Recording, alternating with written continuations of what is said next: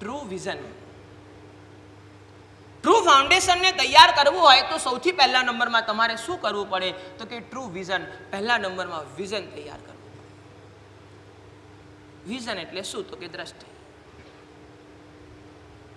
એક વખત બિરબલને ઈરાન જવાનું થયું. હવે ઈરાનની અંદર શેખ બધા એક સરખા લાંબા લાંબા કપડાં પહેરે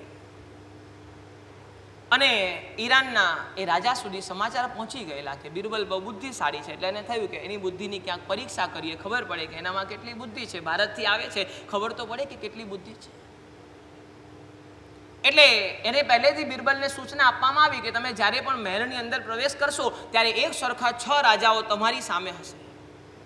6 જણા તમારી સામે હશે. તમારે નક્કી કરવાનું કે કોણ સાચો રાજા છે અને સીધા એના જઈને જ પગે લાગવાનું, એને જ નમસ્કાર કરવાનો. જો ખોટા સામે તમે નમ્યા તો તમારું સર કલમ થઈ જશે. બિરબલ માટે આ બહુ મોટી પરીક્ષા હતી. જીવન ખતમ થઈ જાય.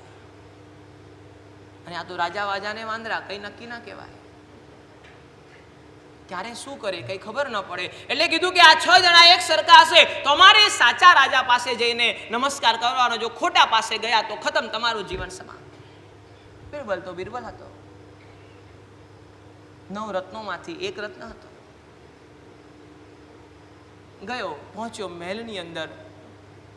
6 જણા એક સરખા, એક પહેરવેશની અંદર, એક ડ્રેસની અંદર, બધા જ સરખા સામે ઊભા હતા. અને 2 મિનિટ ઓબ્ઝર્વેશન કર્યું, 2 મિનિટે જોયું, 2 મિનિટ એ દ્રષ્ટિપાત કર્યો અને સીધો જઈને એક વ્યક્તિની સામે જઈને હાથ જોડી દીધા, નમસ્કાર કરી દીધા. અને નમસ્કાર કરી દીધા પેલો અચંબિત થઈ ગયો કે આને ખબર કેવી રીતે પડી કે સાચો રાજા કોણ છે.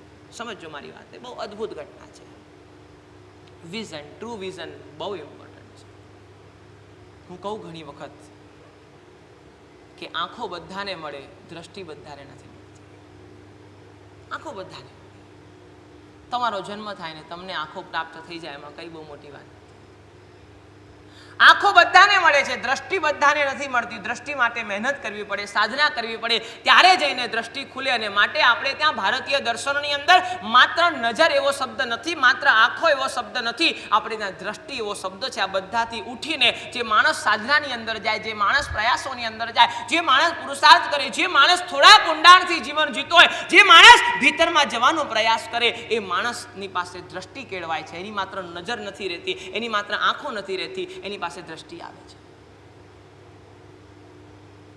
સાચા રાજા પાસે જઈને સીધા નમસ્કાર કર્યા. રાજા ટેન્શનની અંદર, ક્યાંને ખબર કેવી રીતે પડી કે હું સાચો છું. ક્યાંય પહેરવેશમાં ગડબડ નહીં, કોઈ ફેરફાર નહીં, કોઈ પરિવર્તન નહીં, કોઈ બદલાવ નહીં, બધું જ એક સરખું છે. છતાં પણ આને ખ્યાલ કેવી રીતે આવ્યો કે હું સાચો રાજા છું? અને બધું વાત પતી ગઈ. પેલાના મનની અંદર આ પ્રશ્ન ગુંજ્યા કરે કે આને ખબર કેવી રીતે પડી, ખબર કેવી રીતે પડી, ખબર કેવી રીતે પડી. અને બિરબલ જ્યારે એકલાની અંદર મળ્યો એટલે એને બિરબલને પૂછ્યું કે બિરબલ, મારે તને એક સવાલ કરવો છે. कि बोलो जहांपना, क्या पूछना है?